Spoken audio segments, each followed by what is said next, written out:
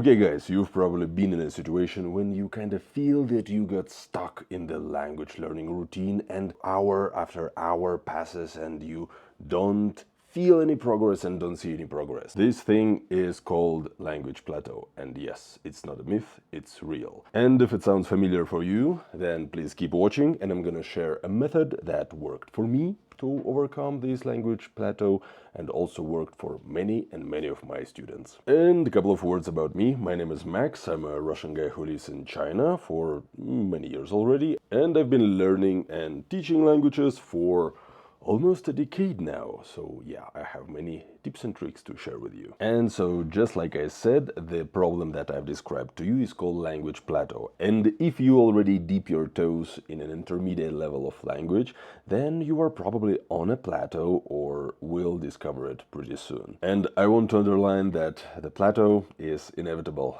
and it's not bad if you feel stuck. We've all been there. And sometimes longer than we wanted. And there is one method that makes overcoming language plateau easy, measurable, and actually quite fun. And this method is called language islands. You see, it was first presented by Benny Lewis in 2022, and the idea of this method is that you can choose one specific topic and it will be your language island. Then you learn as much vocab and phrases related to this language island to build a strong fluency in this specific topic. And after you start to feel that you can talk freely and express yourself freely when talking about this topic, you can consider this island conquered and move on to a next island. You can even choose and conquer islands of closely related topics, and this way you're gonna build a language continents. For example, let's take islands like cooking,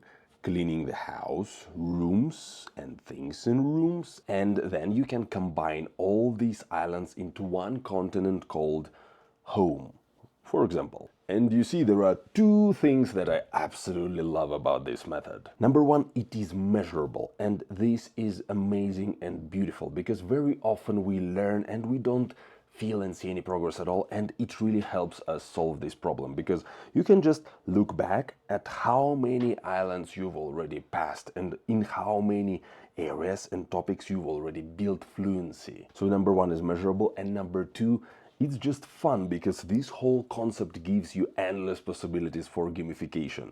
For example, you can choose different phrases like vocabulary or grammar points as these small pirates that inhabit this island, and once you learn specific grammar point or once you go through these words in Anki and understand that you've learned all these words and you remember all these words, you can consider that you kind of defeated one of these pirates. And once you defeated all the pirates, there is a pirate boss. My students love this concept.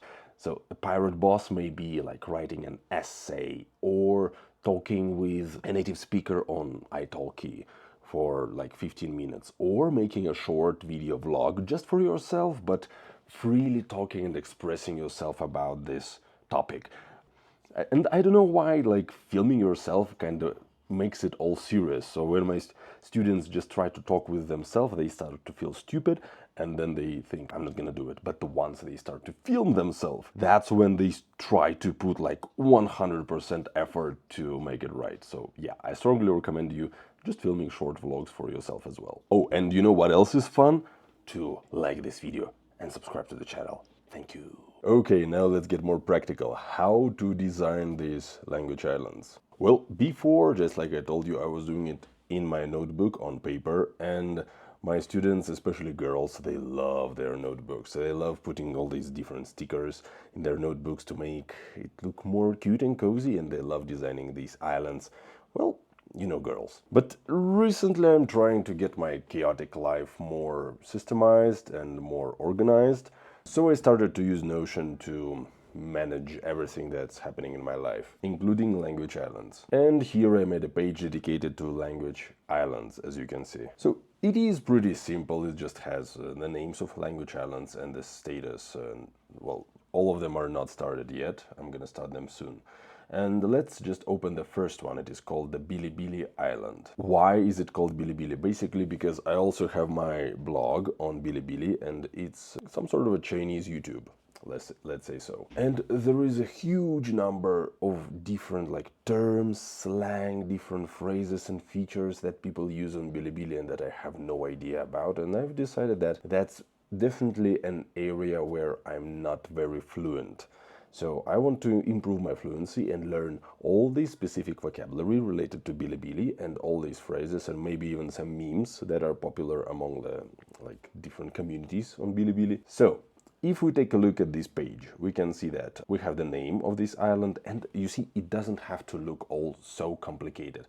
Basically, the most important things are the pirate challenges, let's say so, pirate boss, the treasure reward, and learning resources. And all the rest are just details that you can adjust for your own needs. And I formulated it with AI, so probably I'll also clean it up a little bit afterwards. And so in the section of pirate challenges, I usually put several phrases that I want to learn or several words, but usually words are included in phrases, so I try to learn them in context, not like just in isolation. And basically you can put anything in these pirate challenges, anything you want and anything you feel you need to accomplish to become fluent in this specific topic. And we've already talked about the final task as the so-called pirate boss. And here I put a recorded 2-minute video in Chinese commenting on your favorite Bilibili content using the vocabulary and expressions you've learned. Well, for me, I'll probably put something like 30-minute video. And yeah, I think that's a great way to kind of check your own fluency, because afterwards you can rewatch this video and kind of criticize your own performance. Then we have treasure rewards. And basically here you can put anything from like the obvious benefits of learning this topic, like now you're able to talk about Bilibili and discuss different interesting things about this platform, to like more real things. Maybe buy yourself something nice, like treat yourself with something good, some delicious food, or maybe a glass of wine or anything. So you can put here any reward you want. That is gonna motivate you, of course. And learning resources, you can put different YouTube videos that maybe teach you about the vocabulary of this language island. So yeah, anything you want. And the funny fact is that many of my students are Chinese and they are teenagers and they all love One Piece anime. So when they kind of learn about this method, the language islands, they get crazy. They start to design these islands to look like the islands and like different parts of the adventures of that from that anime, from One Piece. Just like I said, you can design these islands in any way you want. The most important thing is that once you design them, do your best to really implement them into your language learning routine and language learning system, because nothing is going to work if you don't have a systematic, consistent approach to your learning. Yeah, that's the key principle that I think I mentioned in every single video of mine. Alright guys, that's all I wanted to share with you today, so let me know what you think about this method, if it's useful in your opinion or not, if you already maybe use them, or maybe you've already created some language islands by yourself. So yeah, let me know in the comment section below, and also don't forget to like and subscribe to the channel. Thank you, and see you in the next video. Bye.